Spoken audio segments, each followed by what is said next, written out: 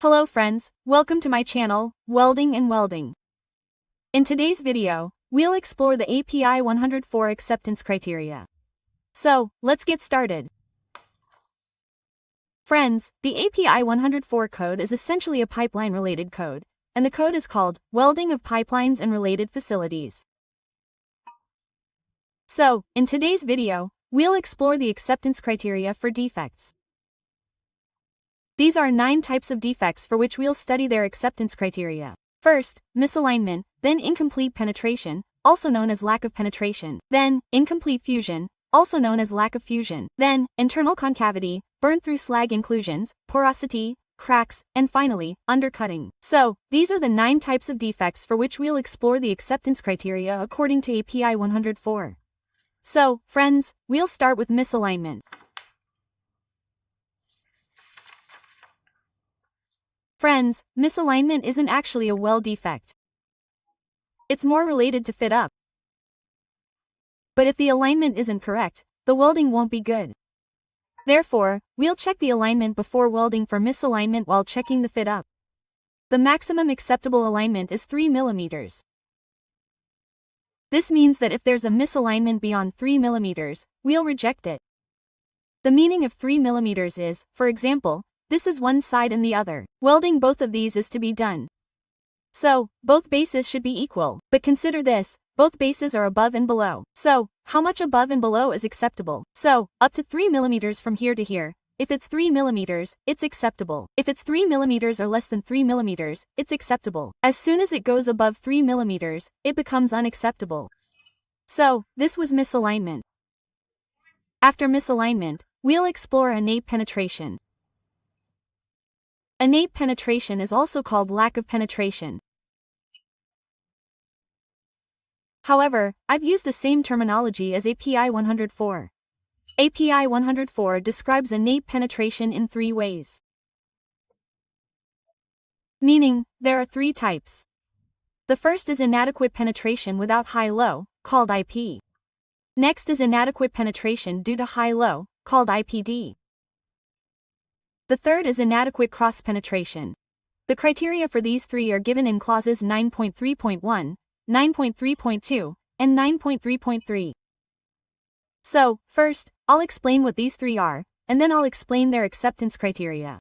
The first is inadequate penetration without high-low, and the second is between high-low and high-low. So, friends, look, this is our weld joint.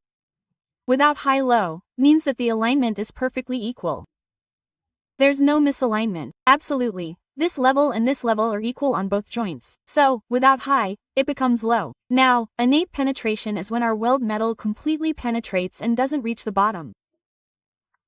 For example, here I've shown the weld metal in yellow. Look, the weld metal extends only up to this point. It hasn't reached the entire joint. So, this is innate penetration, and if the levels of both joints are equal, it becomes without high. In an innate penetration with high-low, there will be misalignment. This means there will be a difference between this base level and this base level. So, such innate penetration is called innate penetration with high-low. And finally, there is innate cross-penetration. If we assume this is a double joint, then there will be a weld from here, and a weld from there. If so, both complete welds should completely merge with each other. If it doesn't merge, if some welding is left in the middle, like here, a little welding is left in the middle, then this is called incomplete cross-penetration. So, we've understood all 3 forms of lack of penetration, according to API 104.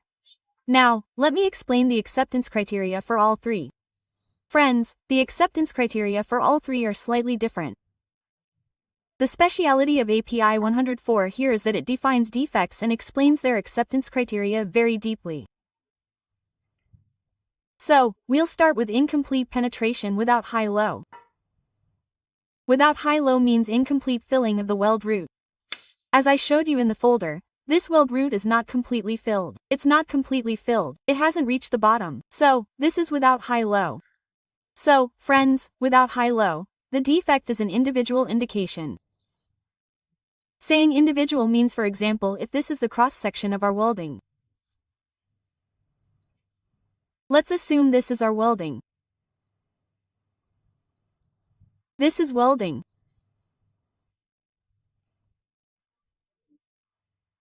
So if in one line from here to here this is our invoked penetration or lack of penetration in one line, then in complete one line if it is above 25 mm then it will be rejected. If it is above 25 then it will be rejected, and if it is 25 or below then it will be accepted. If we assume single penetration, a little lack of penetration is here, a little here, a little here, then it is like this. So, if the aggregate sum of these three is more than 25 mm, then it will be rejected.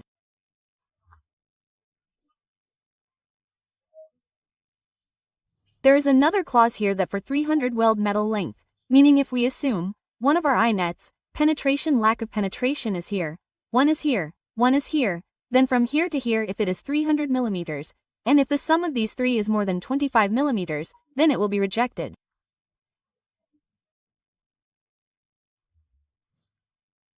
Its third and final criterion is aggregate length. It is the same thing. If there are 2 or 3 or 4 or more lack of penetration, then one of the aggregate lengths should be above 25 mm in 300 mm weld length. If the weld length is less than 300 mm, then if the aggregate length is more than 8% of its weld length, then it will be rejected. That is to say, if our weld length is from here to here, for example, 150 mm, then 8% of 150 mm, anything is 8%. I think it should probably be 12 mm. If you calculate, anything above 12 mm will be rejected. So this is V high, without high-low. Now, let's understand the second one, with high-low, that is, misalignment. So what is there in this? One condition in this is that one edge, for example, one edge of the joint becomes this and the other edge becomes that. So, our weld joint, which is filled up to this point, is the weld joint I described in yellow. One edge will be unbonded. One edge will not be bonded by welding. Therefore, one edge will remain empty. So, if this is the case, what criteria are given for it? 2 criteria are given for it. First, if there's individual lack of penetration in a single line, if it's above 50 mm, it will be rejected. If it's 50 mm or below, it's acceptable. The second criterion is number 2, I mistakenly wrote 3. If the aggregate is separated into 3, 4, or 5 places or more, then if the aggregate length is 75 mm or more, it will be rejected. And here we need to check again. 300 mm weld length. This means that if 75 mm is within the 300 mm weld length, it will be rejected. Finally, what does our inadvertent cross-penetration say? Inadvertent penetration of vertical land faces means that this vertical land face, in the double B, this little face in the middle, is vertical. This group is not formed at any angle, so there's no fill-up inside it. So, we call it inadvertent cross-penetration. So, there are 2 criteria for this as well. Look, it's individual. If there's a lack of penetration in a single length, it's acceptable up to 50 mm, and if it goes above 50 mm, it's unacceptable. And if there are different aggregates, even if 2, 3, 4, or any number of them add up to more than 50 mm, they'll be rejected. If it's less than 50 mm, they'll be acceptable. Again, the same criteria applies to a 300 mm weld length. So, friends, we've covered lack of penetration. Now, after lack of penetration, I'll tell you about incomplete fusion or lack of fusion. What are its acceptance criteria? Friends, look, lack of fusion is also listed in 2 ways in the API. One is incomplete fusion, if its acceptance criteria are in clause 9.3.4. The other is incomplete fusion due to cold lap. This is called IFD, and its criteria clause is 9.3.5. Let's first understand the meaning of both. First, there will be 2 criteria for incomplete fusion. One will be surface imperfection. It will be open to the surface. What does open to the surface mean? Look carefully, I've used black here. And here, black color. This means fusion. There is a fusion problem between the parent metal and the weld metal. Fusion has not occurred between the two, and this fusion problem is up to the surface. If it is open to the surface from here to the surface, then it will become incomplete fusion. Similarly, if you look here too, there is a lack of fusion up to the surface between the parent metal and the weld metal. So, this will reach close to open to the surface. And the second criterion for this is between the weld metal and the base metal. This means that only if there's a fusion problem between the base metal and the weld metal will it be called incomplete fusion. Now, the second method was called incomplete fusion due to a cold lap. What does this mean? Friends, we need to understand its meaning. It won't be open on the surface. Meaning, it will be anywhere inside the weld joint. For example, here, I've shown in black the lack of fusion between the parent metal and the weld metal. Now, if this is inside the surface, not on top of it, then it will be called a cold lap. Similarly, if we apply 2 layers of welding and there is a lack of fusion between them, like this happened. If there's a layer of welding here and another there, and there's a lack of fusion between the two, then it will also be called an incomplete fusion due to a cold lap. So, friends, we understand what incomplete fusion and incomplete fusion due to a cold lap mean. So now I will tell you what is the acceptance or rejection criteria for both. So friends, first understand incomplete fusion. Here's the criteria for incomplete fusion and here's the criteria for due to cold lap. See, its first criteria is 25 mm. Here if you are doing API then you must remember 25 mm and 300 mm weld length. It is common in many places. So see if the incomplete fusion is single and up to 25 mm in one line then it is acceptable. If it goes above 25 then it is rejected. If it is broken, 2, 3, 4 or more lines, then if the aggregate length of all is more than 25 mm then it will be rejected. Provided it is within 300 mm weld length. And the third criterion is the aggregate length of 8%. For example, if we weld 150 mm long, we have 3 or 4 gaps of fusion within it. If the combined length of all of these is more than 8% of the weld length, it will be rejected.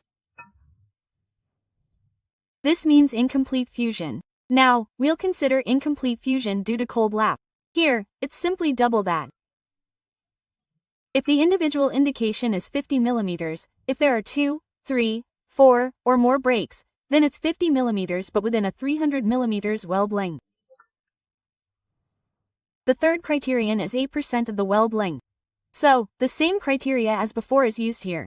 It's just that the 25 here has become 50. And in the third one, 8% is used in both. So, friends, this is the criteria for lack of fusion or incomplete fusion. Now, our fourth defect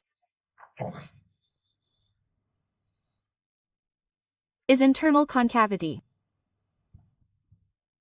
This is listed in clause 9.3.6. So, first, let me explain what internal concavity is. When we weld, there's no lack of penetration, but both edges can melt. However, our weld will be slightly above the base in the middle. This will form a concave shape. As you can see, it's concave. It should have come out slightly from the base, but it will be slightly inside. So, this is called internal concavity. So, pay close attention to what is written in its acceptance criteria. The density of the radiographic image of ICIC is internal concavity. So, the density of internal concavity does not exceed the density of the thinnest adjacent parent metal. For example, this is a parent metal. This is a parent metal. If both are equal in thickness, or if one is thicker and the other is thinner, then its density should not be greater than the density of the thinnest weld metal. Now, how do we determine density? When we extract radiography film, the higher the density of the material, the lighter its radiograph appears, and the lower the density of the material, the darker its color. By looking at the level of darkness, we can determine the density of the parent metal and the density of these internal concavities. Once we understand the density, we must ensure that the density of the internal concavities should not exceed the density of the parent metal. If it is higher, it will be rejected. Sorry, if it is higher, it will be rejected, but we need to refer to another clause. First, we need to see if it is higher or not, and if it is higher, we have a burn-through clause. We will need to refer to that, which I will explain to you. What is the clause for burn-through? Burn-through is also a defect, And for internal concavity, if the radiographic density is high, we need to look at the same clause as burn through. So, burn through is given in 9.3.7. Now, friends, there are two types of acceptance and rejection criteria for burn-through defects. One is different for large diameter pipes and the other for small diameter pipes. If I'm talking about a large diameter pipe, its OD must be greater than or equal to 60.3 millimeters. So, if it's a large diameter pipe, what are the acceptance criteria for burn-through? The maximum dimension will be greater than 6 millimeters, along with a density greater than the thinnest parent material. The higher the density, the greater the length of the burn-through or internal concavity, the greater the length. The second is the maximum dimension greater than T. So, T is the thickness of the thinnest parent metal. For example, if the thickness of the parent metal is 12 millimeters, then even if it exceeds 12 millimeters, it will be rejected. The only condition is that the density should also be high. So these are two criteria. The third criterion is that if the aggregate is broken into 2, 3, 4 or 5 small burn-throughs and has small internal concavities, then if the accumulated length or total length of all of them is more than 13 millimeters, then it will be rejected. The only condition is that the aggregate length we are taking is within the 300 millimeters weld length and the density should also be high, only then will it be rejected. So, we understood this burn-through and internal concavity. Just now, I told you about one more thing in this large diameter pipe. Now I will tell you about small diameter pipe. So, for example, small diameter large diameter pipe was 60 millimeters 60.3 or above. A small diameter pipe will be below 60.3 millimeters. If 60 is 60.3 millimeters, where will it go?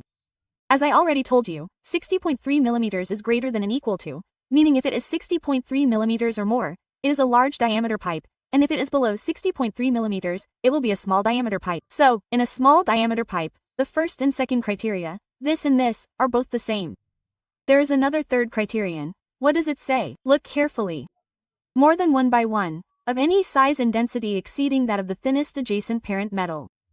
This means that if it is a small diameter pipe, then if it has more than one burn-through, more than 1, 2, 3, 4, anything, and its density is greater than the parent material, then it will be rejected. This was for a small diameter pipe. Now friends, we will understand slag inclusion after this. So friends, the acceptance criteria for slag inclusions are given in paragraph 3, 9.3.8, and it describes two types of slag inclusions. One is ESI, which is called elongated slag inclusion, and the other is ISI, isolated slag inclusions.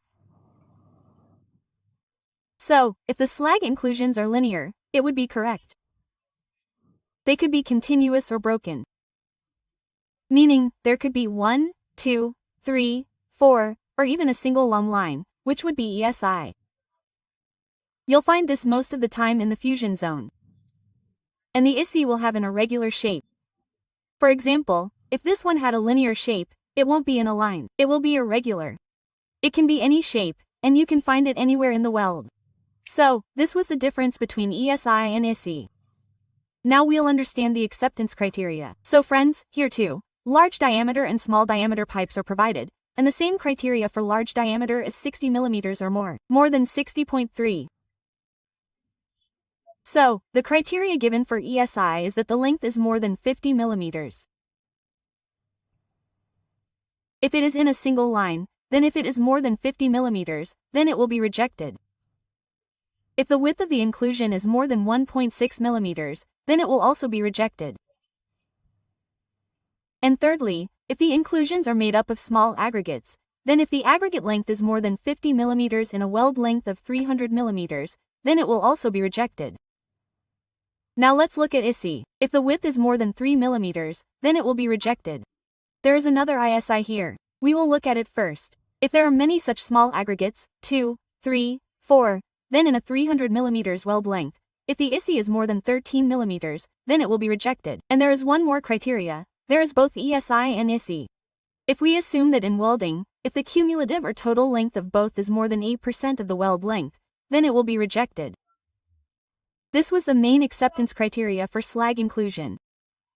Some other small ones are given in the code, so there is not much need for them, hence I told you in brief. After this we will understand porosity. There are 2 or 3 types of porosity given in the code. One is individual and scattered porosity. Second is cluster porosity. Third is hollow bit porosity. I hope you must be understanding the meaning of both of these, so I will directly tell you the acceptance criteria. See, if there is individual or acceptable or scattered porosity, then the pore diameter will be more than 3 mm.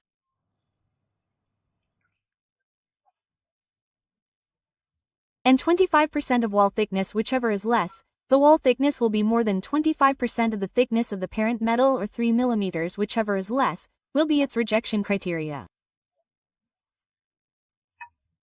For example, if our wall thickness is 100 mm, then 25 mm of 100 mm will become 2500 mm. If 25% becomes 25 mm, then in that case 3 mm will be our rejection criteria. Similarly, if our wall thickness is 10 mm, then 25% of 10 will be 2.5. If 2.5 is less than 2.53, then in that case 2.5 will be our rejection criteria. This is for individual pores. Friends, I have given these main criteria here. Apart from this, some distribution charts and small ones are given in it, which would make the video very long. I cannot explain them. So that is why I am telling you the important thing about porosity.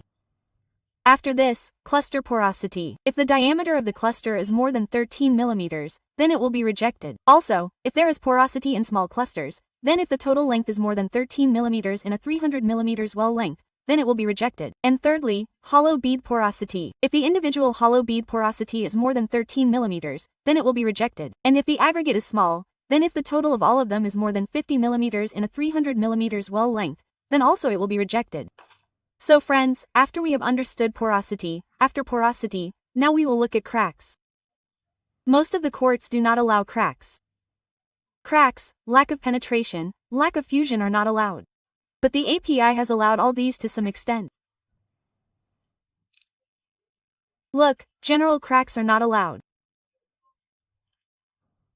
But shallow crater cracks or star cracks are allowed. What is a star crack, friends? When we finish welding, a crack forms where the electrode ends.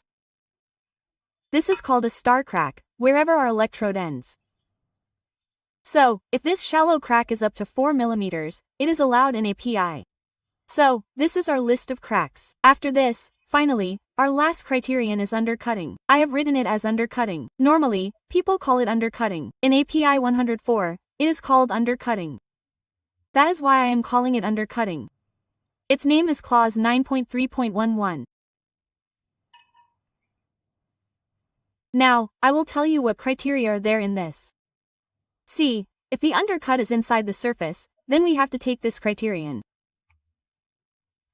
If the aggregate length inside the surface is more than 50 mm, then it will be rejected in 300 mm weld length or 16 of weld length. Whatever be the weld length, if it is more than 16, then it will be rejected. Since it is inside the surface, we will not be able to measure its depth, etc. So in this way these radiography films will be possible. But if there is an undercut above the surface, then we can see both its depth and length. So in that case, Table 4 is given in 9.7. We will refer to Table 4. And what does Table 4 say? If the depth is more than 8 mm, or more than 12.5% of the plate thickness, then no matter how much length it is, it will not be accepted. It is more than 8 mm or 12.5. So the second criterion is depth between 4 and 8. And plate thickness is 12 mm, 12.5 or less, then up to 50 mm length is acceptable.